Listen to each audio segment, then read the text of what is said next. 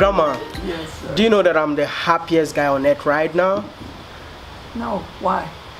You know, I've been preaching about one Africa, different countries, one Africa, and seeing one Africa representing right here in Cape Coast is something that makes my heart rejoice. You see, I'm even wearing my t-shirt, I like Africa that. to the world.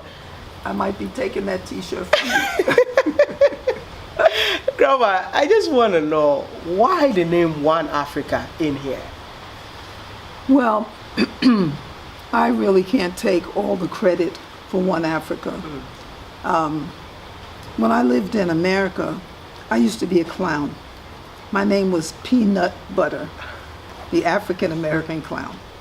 And I wore a flaming red wig or a green wig, long gold eyelashes, big glasses, size 18 Nike sneakers, and kente cloth jumpsuit.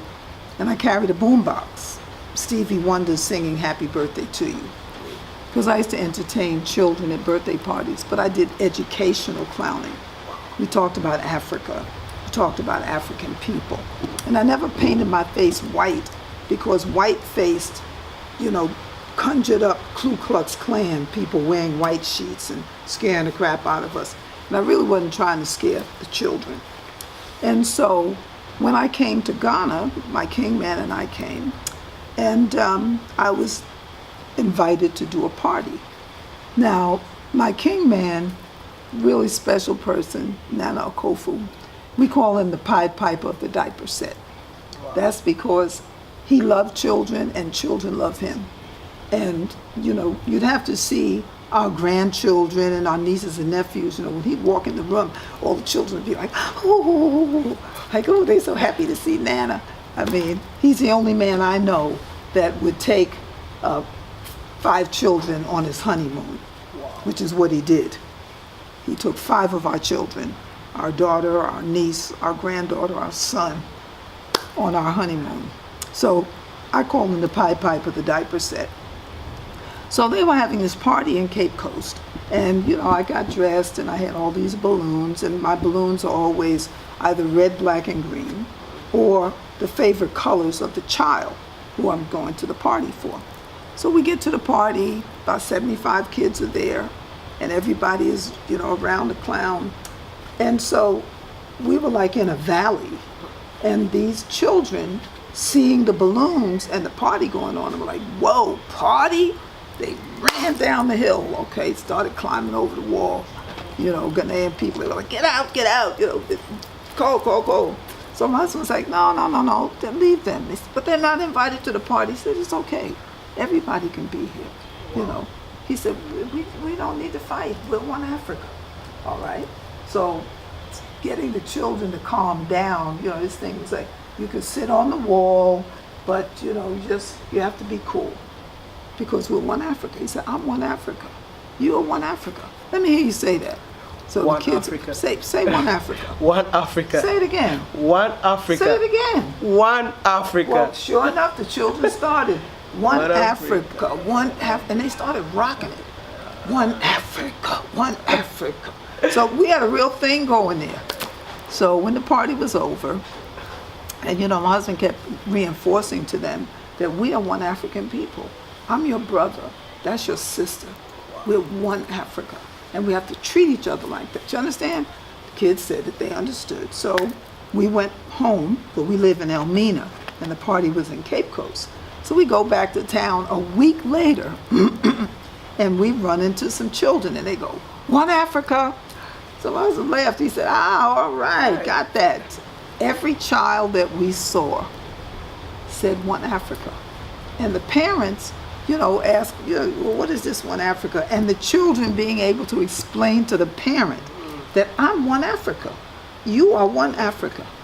That's one Africa. So one Africa stuck. So to show you how it really stuck, I took a group through Cape Coast. And everywhere I go, people say, one Africa, only one. So this lady said, why do they keep calling you one Africa? I said, because they think that's my name. She said, oh, please, like this. Like, she didn't believe that. So I said, okay. So next young man I saw, I said, hey, brah, come here, young man. I said, do you know me? He said, yes. I said, what's my name? He said, Mrs. One Africa. So all my papers, my receipts, it say One Africa. When I go into the store and I say, can I get a receipt? And they say yes, they write One Africa. So it's like, don't nobody know my name. If you came to town and said, I'm looking for Imacus, they wouldn't know who you were talking about. But if you said One Africa, from the airport to here, they'll find me. I've seen six touch houses in here. Right. Well, Tell us about it. I call them chalets only because, knowing my people, coming from America and other places, if I told them that, want y'all to come and stay in a hut, they might not want to come. So you'll kind of entice them. But the thing is that we have created a village because, we're coming to Africa. It doesn't mean that we are not advanced. We got beautiful high-rise buildings and all the rest of that. But when we come out of the city, we're rushing and, just going like this all the time. So we created an environment of a traditional African village with amenities. True, we don't have hot water. I'm preparing you for the revolution. Are they going to have hot water in the revolution? No. At all, okay? Are they going to have TV during the revolution? No. I doubt it. Are they going to have AC? No. Are they going to have Wi-Fi? So I'm giving you none of that. So that you come into an environment where you can be peaceful, you can spend time getting into yourself of selves, because we don't take that time. In America, our idea of relaxation is coming home, putting your feet up and turning on the TV and listening to the blues. Who got murdered, who's cheating who, those kind of things. We have HD. We're right here on the Gulf of Guinea, peaceful. We have the best food that you will eat in Ghana. Our cooks are off the charts. And One Africa is a very special spiritual place.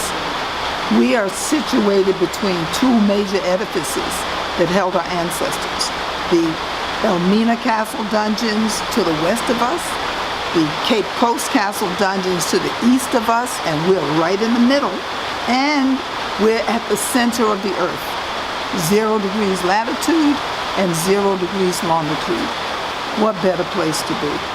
So the other really good thing about One Africa and our huts or our chalets is that all of our chalets are named after ancestors.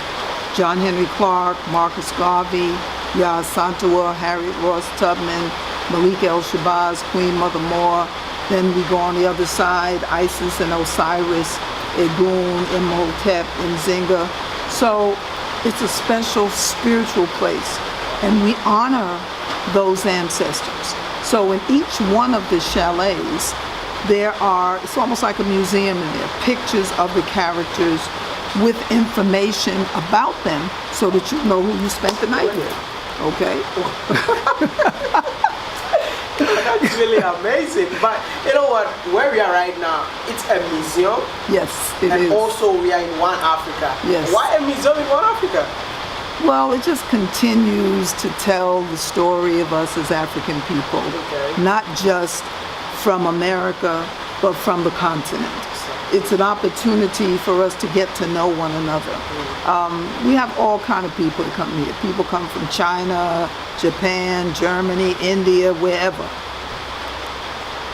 We introduce them to who we are, where we have been, and where we're going. And so we talk about, we have great African thinkers, men, great African thinkers, women. We talk about traditional rulers. We talk about African people's place in the scripture, religion.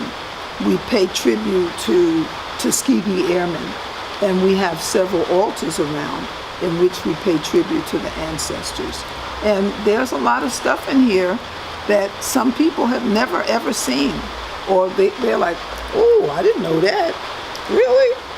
Okay. And I'll give you a quick example. For example, when we talk about being an American, I always say that I'm not an American citizen. I'm an amendment to the Constitution. because when the Constitution was written, it didn't include me. They amended the Constitution, number one. And if I'm really an American citizen, why is it that every 25 years the Voters' Rights Bill gets reviewed to determine whether or not I will continue to be able to vote? That's real. And a lot of people that come in here don't know that, okay? We have a beautiful picture over here that was painted by a 14-year-old, a masterpiece. An African did that. And people are like, whoa, yeah. So it's here to share. It's not about putting down what anybody believes. You can believe what you want to believe. You want to be Catholic, Baptist, Buddhist, atheist, whatever. But let us first and foremost not forget who it is that we are as African people. One Africa, all the time. And one Africa, I've been seeing the African colors, I've been seeing the red, yellow, green, and also the Pan-African colors. Right. Why are you representing African colors in here? Because it's one Africa? Because it's one Africa, because I'm an African. I mean, I don't want a red, white, and blue flag in here. Exactly. I don't want the flag of the Confederacy in here. You know, I want to honor us as much as I can, for as long as I can, until, as Dr. Clark said, my clock stops ticking. Right now, my clock is moving kind of fast. You know, clock generally goes tick, tock, tick. My clock is going zip. So for as long as I have breath of life, I will continue to promote One Africa and encourage as many of our people as possible to come home to Africa. Come and see for yourself that Africa, all of Africa, is not a nightmare, but it is a dream. And I've written a book. Excuse me. In fact, I have two books. One is called Returning Home Ain't Easy, but it sure is a blessing. The other one is called Ababio, He or She Who Was Away and Has Returned, which is an anthology, because we have to write our own history. If we don't write our own history, somebody else is going to come along and write what they think we did. We're writing what we actually did. Before I let you go, I want to know, do you think One Africa is going to happen anytime soon? In terms of like, we all in Africa right now. Yes. Do you believe that One Africa is going to happen anytime soon? I believe that we're moving, I know that we're moving in that direction. Taking a look at what it is that we've been through over all of these years, more and more I see us coming together. The mere fact that so many of us are coming from the diaspora, coming home. Ghana is the gateway to Africa. That doesn't mean that everybody's going to stay in Ghana, because you can go to the Gambia, you can go to Rwanda, you can go to Kenya. Yeah. There are a lot of places. Wow. But so we're here to say that, yeah, you should come home and explore and invest in Africa. If we invest in Air Jordans and all the rest of that, why not invest in Africa? Wow. So I say come home and do that and be a part of the future of Africa. Because I still believe that Africa is the future. And if we come together as one, Africa will be great. Yes. Because even now the entire world depends on us. Of course.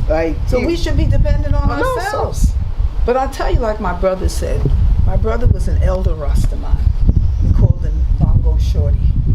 And Bongo Shorty always told us, when you said, I believe, he said, no, belief is a doubt. I know that Africa will become one. In Swahili we say pamoja milele. Say it again. Pamoja milele. Milele. Thank you so much, Grandma. Thank you, baby. Oh, no. I'll touch your hand. No, okay. Wow. Boom, peace, my heart. Wow.